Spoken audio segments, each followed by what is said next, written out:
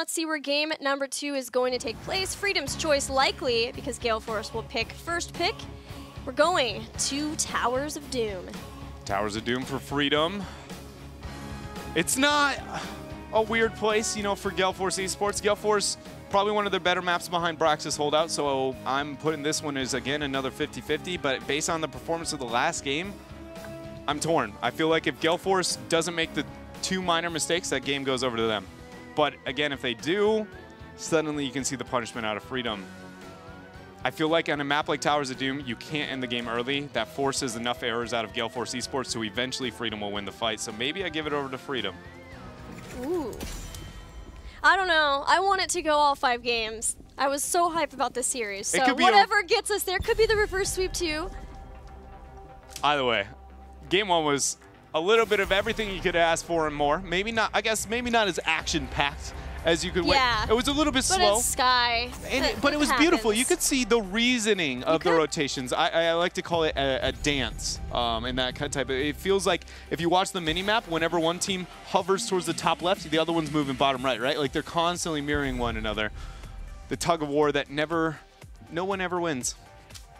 I guess until the core goes down. Either way, draft here. Gale Force has got themselves a Genji once more. But this time the Li Ming's available for Freedom. Cure is not pushed as heavily as he was in game number 1. Let's see. Oh yes, I see D.Va already as I look. It's most maps, honestly, when you're talking about Team Freedom.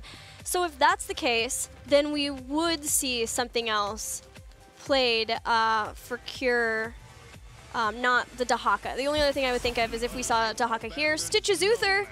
Surprise! They found it. They found their rotation. The standard 1-2 of the second pick team right now for a lot of teams in the world. Can't give the Uther over to Genji. Cannot have the Genji Uther together. Zagrug Stitches again. So what do we see Gale Force move into? What do they want to pair with their Genji? Brightwing is going to be a reasonable option, but assume that after the secondary ban phase. Anytime that the global is worth it, it's Aka face, and the fact that Genji is a nice, I want to say, almost like catalyst for the Brightwing to be effective, because you need, it's weird. Brightwing is like an Abathur of supports. You need certain heroes with high mobility and kind of in their face for her to be that effective.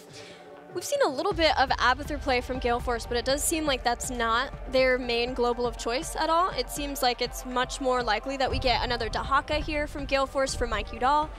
He's a tank player now, as he let us know on Friday. What else, though? King Caffeine's hero? Oh, they there did is it! Abathur Arthas, okay. Wow. I felt the same way. I was about to make a comment about just like the history of the players and the distaste towards something like Abathur, and that the only guy who stands out to me as like the I flex Abathur is Mike Udall, but that's... K1. I think he was the one who did it before. I guess, yeah, K1 does flex the Abathur quite a bit. That's not true. Forgot that.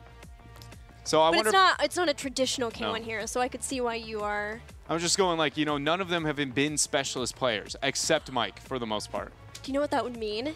What? A double Genji. All the way. As in, Fan and K1. Just going, shing. They create their own X strike without even choosing the heroic. Like, how is that balanced? Think about it. Amazing. He literally just shing, shing. The double swift strike destruction. Rhaegar's being hovered for the ban on Freedom. We've seen this become rather common in North America once the Uther has been picked up in the first half of the ban phase. Wow, draft phase. Words are really hard right now. It's okay. I called a bridge a boss earlier. Yeah, that, you know, I'm going to be honest. That's probably a little bit worse. Only a smidge, but it in fact is a smidge. It's Sunday. Yeah. Words just kind of tumble out.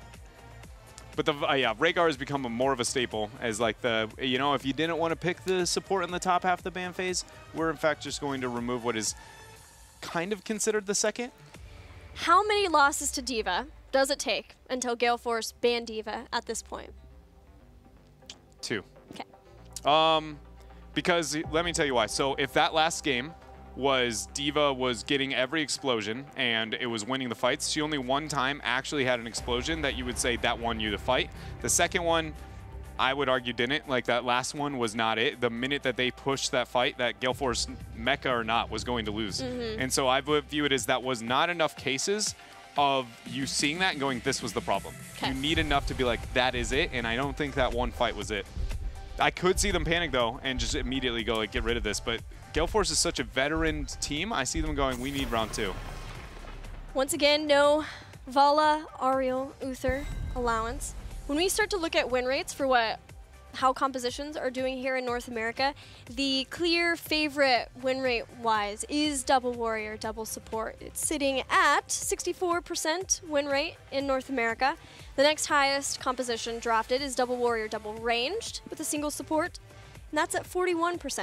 So there's quite a difference. Seems close. 20%. More than that. That's actually statistically in the World of Heroes of the Storm, insane difference.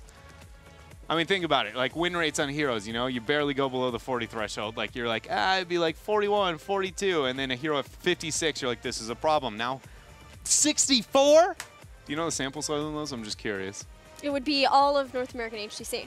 All of it, including phase 1 and 2? Actually, I do. Why didn't you just throw your pen? You don't have to get that angry about double support, Drat. I know. I slammed the pen. I broke half of it. Here, and then when I threw it, the ink thing came out. 44 double warrior, double range to 25 double support, double warrior. Okay.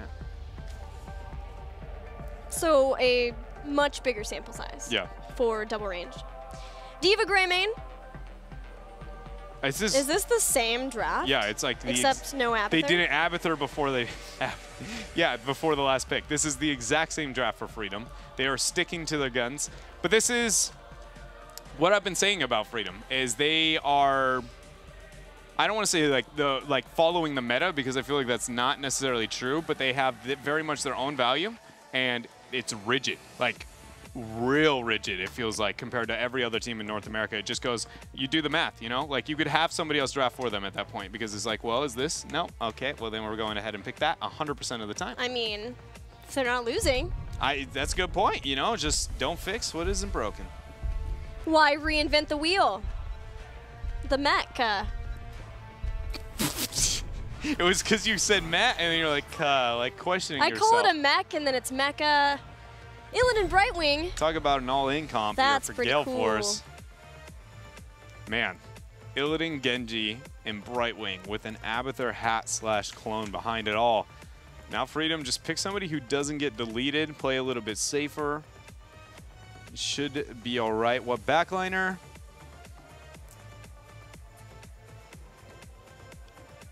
Do you feel like one stands? This is Cure, right? This is still Cure. Yeah, it is. Which makes me think Li Ming initially. Yeah, and then I was thinking that too, and then I was like, you know, the Li Ming is not meet any of those parameters I was setting. Like, I feel like the safest pick here is Tychus. Yeah. But they go with Medivh. First of all, how do we end up on the same page of Tychus? Second of all, where did that Medivh come from?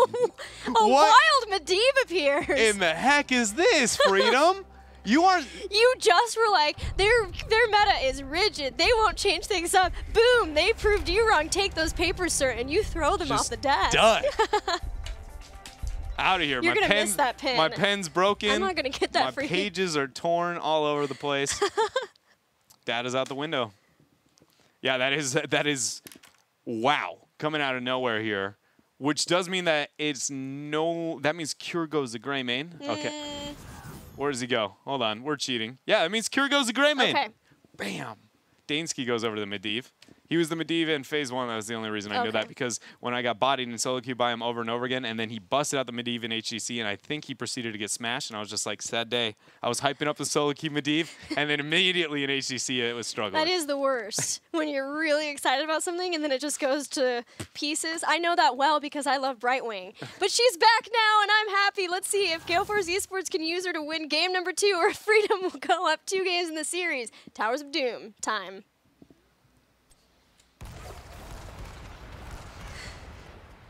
Oh, man. About as smooth as it could have got here, Gilly. That's what I'm known for in my hosting, the smoothness of my throws. It's everybody just sits there and they wait until they honestly, I feel like most of the time they aren't even concerned about our conversations. We're merely just waiting to the next Gilly throw. It just is inconvenient. There's some video game in between, you know? Who put this here? It is K1 Pro Abathur. I'm so ready for 10. We got Battered Assault. Right? Nice, yep. Consider the emulation there. Sometimes I struggle to see the color difference on those two. What about Arthas? Go with Eternal Hunger. Mm-hmm. The dream. But then every other one that's like really meta, I'll just struggle all day, you know? That's just The life we live here as HGC commentary. Illidan starting up on top on his own. Doesn't have the immolation, so his 1v1ing gets really good, but his wave clear doesn't share the same fate. And it won't be 1v1, at least to start things off. Till he's got the hat. Back to the 2v2. Fans here. He goes in. Not even focusing on Nasmith, just forcing pressure onto Dansky. Wow, completely ignoring the Diva and just bodying Medivh on the backside. It worked. Love it. Checking out the laning setup. Not sure if we'll see Medivh stay up in the top. Guess it's more dependent on where he's needed. I think that's a good way to explain Medivh laning just in general. It's more of like, he just has zero value in a lane on its own, except for accenting other people to be really cool. So most of the time, he just kind of goes like, well, are you losing this lane really hard? I'll help you not lose this. Are you winning this hard? Maybe help you win harder, but... His laning gets really good at 20. When you can one-shot minions with your Q. Guardian of Tears. Well, if you're playing against an opponent that stands in the minions, yeah, it gets better. If you're playing an AI, it's really good at level 7. You suddenly become terrifying at level 7. But when you're playing anybody who understands that Master's Touch is a core mechanic of Medivh, suddenly you're like, and I hate everything. Altars activating in 28 seconds, which means we see both of the teams hanging out on their Shaman camp, capping just about at the same time. Who gets an advantage here? Brightwing is a global, but she is actually down at the bottom already. Genji, though, has a lot of movement speed, so he can get down. I feel like outside of Medivh making huge plays, Freedom loses all early game skirmishing for the most part. Like, other than baiting with heavy shields, it's just that they have a lot of heroes that need to be able to get their heroics online to suddenly become a major threat, and a lot of really good free 9 skirmishing heroes on the side of Gale Force eSports. Even though they have an Abathur, I know that sounds weird, but this is one of the cases where I go, the Abathur isn't that big of a setback. Diva's gonna get stopped from capping. Genji's there to hang out with Diva, but Collusion gets the cap in the bottom. Oh, it's not just Genji. It is Brightwing and Genji. Nasmus eating full shuriken there, which is going to bop him into human form. Now he can't move up. The Illidan is there. Do they have the damage? Nice Medivh, force of will. Whoa. The stun, and that is Fan or not Fan, but Mike Udall going down. Mike gets taken out, but Gale Force were able to get 2 of the 3 altars, which is pretty darn nice when you look at the fact that they have their Abathur composition. But like you said, having both Illidan and Genji to be able to skirmish and the global of Brightwing to come in and give you a numbers advantage is nice. And Gale Force were able to use that to their advantage and get 2 of the altars. Yeah, it is a pretty cool dynamic on how that plays out with the early game. But yeah, just because mainly those 3 heroes and then having an Abathur hat anywhere, the early game should be pretty good for Gale Force. The only way that would change is when Freedom would be able to siege into the front walls and cycle front walls. But then, I mean, legitimately, Greymane is the only guy who can kill a minion wave faster than, like, at a reasonable outpace. Other than that, you're like, holy fire, Uther, he's throwing down the hammer, just begging for the minions to die. You know, talking about begging to die, Zugrug here on bottom, Gale Force has got a lot to say. Zugrug lives for a long time, but there's not even anybody close to low enough that Team Freedom could turn around and get that kill. Gale Force eSports are making the picks happen in this early game. Nasmus, the next one to take some damage, but throws out Defense Matrix to reduce that from Mike, enough to get back and not lose the mecha. Back to the Sappers here. Keep it up like it's clockwork. It's been the meta in North America for a long while. Freedom is picking up theirs, but at least Calf here is questioning if he wants to check things out. Keep in mind that little Raven up above, in fact, is Dansky, and he sees everything on the side of Gale Force. If you've never played Medivh, he can't be touched in that form, and he reveals a lot of things, especially with his level 4. No Mule this time for Gale Force eSports. They are going fully into their Symbiote build, the build that I always associate with K1 Pro, which is to get Needle Spine here at 7. We'll see if he follows it up with Spatial Efficiency at 13, or if they want to get Soma Transference for the hat target. Soma Transference seems likely considering the composition of Gale Force eSports, but we'll have to see if he feels like his damage is more important than the safety of his hat target from that heal. But Collusion, full zone, and they're going to be able to pick this up. Abathur and Brightwing the whole time, just looking for the side. So Gale Force has been forfeiting a couple of these early game objectives, and I actually really like what Gale Force is doing again. Those moments of impressed out of game number 1 still are carrying over to game 2, and mainly it's because you see them. Hold on a minute here. Are they really going to get the skirmish? Here's a portal. Hammer of Justice. Good night, Brightwing. Yeah, Medivh, everybody's mobile whenever we got that down. Nice portal here for Freedom. I was going to say that whenever they got in anything that isn't a 5 versus 5 fully, they're the aggressive team. And every time it hits a full, this is going to be a 5-on-5, they're the defensive team. That is, again, taking what Abathur is good at and playing around that mechanic. Again, they seem to be giving way more consideration of the small things of their comp and the small of their opponent and playing around that. And again, it's not their over heavy selling strength, but it's another thing that it seems like GFE is doing that nobody else in NA is. And it's why they are sitting at the top of our standings currently and Yeah. haven't lost a series. It's impressive that they've been able to come in and perform the way that they perform, given the fact that they have a new shot caller as well as a new team. There's the self-destruct. Team Freedom still get this camp. Just going to deal with the clone. That's K1 Pro who's cloned Genji. No double Genji excitement just yet. Yeah, that actually should really be an easily punished move for Team Freedom, knowing that they're going to have Ultimate Evolution offline for a couple more. It should happen. It might actually happen. I'm not confident on the timing of this, if it will happen before the next altar phase, but if so, anything that Freedom can do to force the hand, and there it is. It should have, what is our time difference here?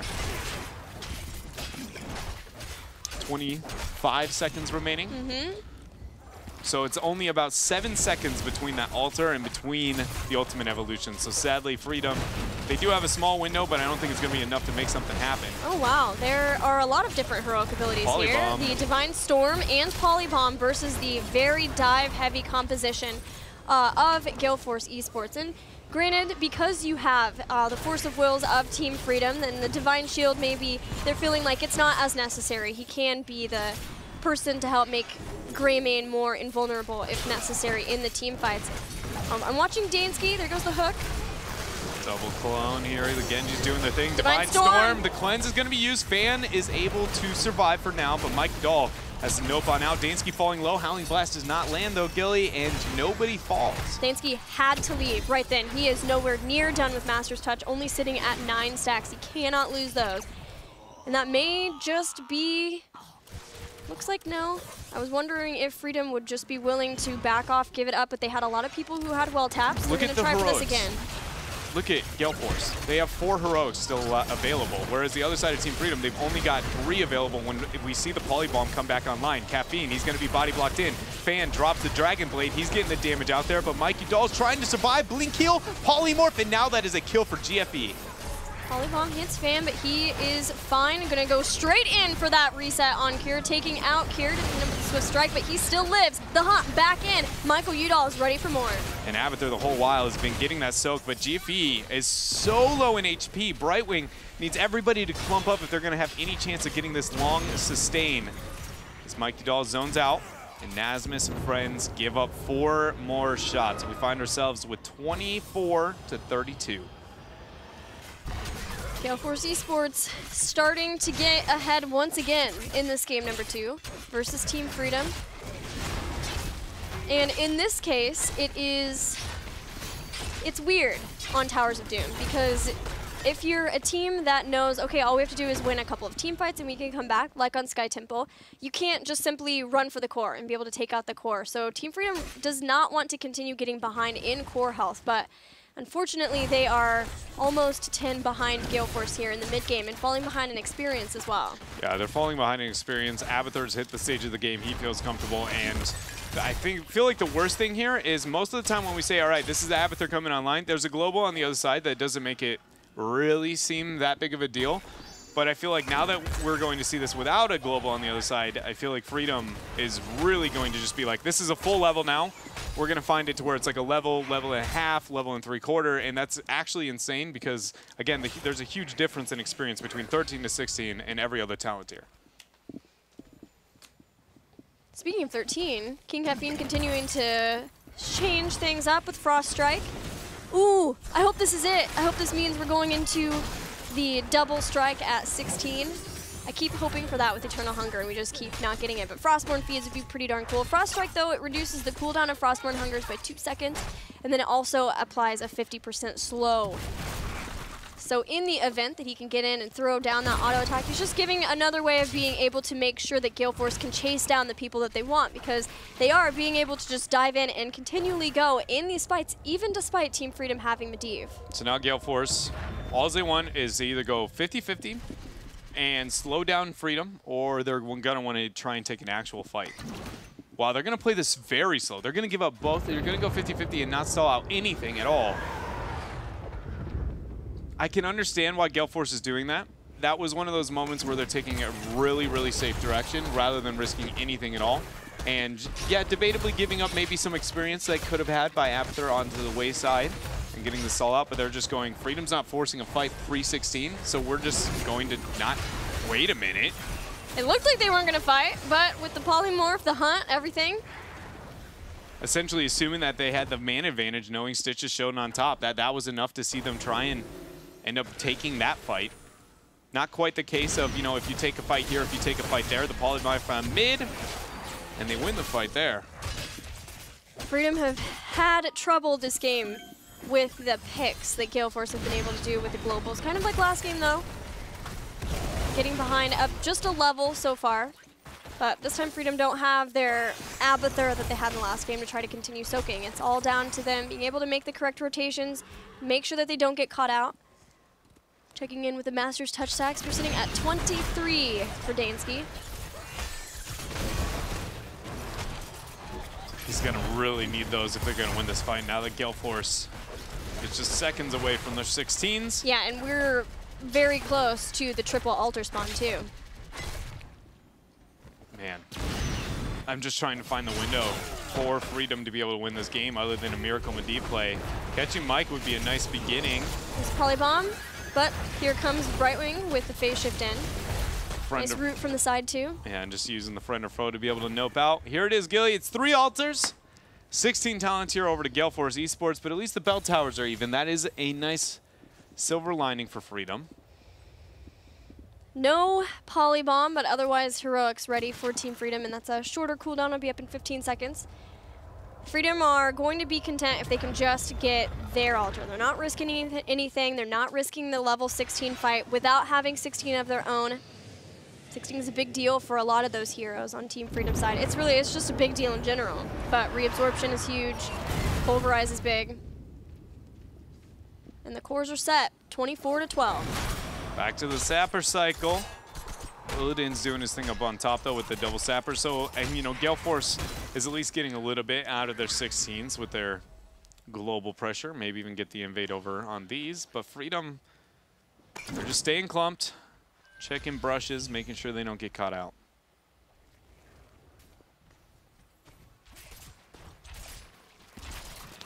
Patient game for Freedom to wait to 16. Freedom, it feels like they have far less confidence in themselves when playing against Gale Force eSports, and I think that's understandably so, right? But almost, it's one of those, is it too much respect type deal? I don't know yet. It feels like, honestly, it feels like the Freedom that we saw at the end of Phase 1 in the playoffs, where they were just like, we're going to wait until the late game before we are forced to do something and play from behind. And that might be a comfortable zone for them, but it's risky, and it plays a lot into Gale Force's hands of being able to get ahead. It makes it Gale Force's game to lose. And yeah, they lost it in the last game, but you can't bank on that every single time. But Team Freedom are going to try it once again here. The hook goes down. Nasmus is there for the self-destruct on the other side. Defiant Storm drops, and Brightwing is down. Brightwing down. The Polybomb not going to get more than one. Mikey Doll getting the kite out there. Fan with the Dragon Blade doing damage. Nasmus, or excuse me, Zugros questioning if he wants to take that portal on out. Nasmus on the Diva, now in human form. The slam on to Caffeine to go for the throat there from Cure. That's one reset.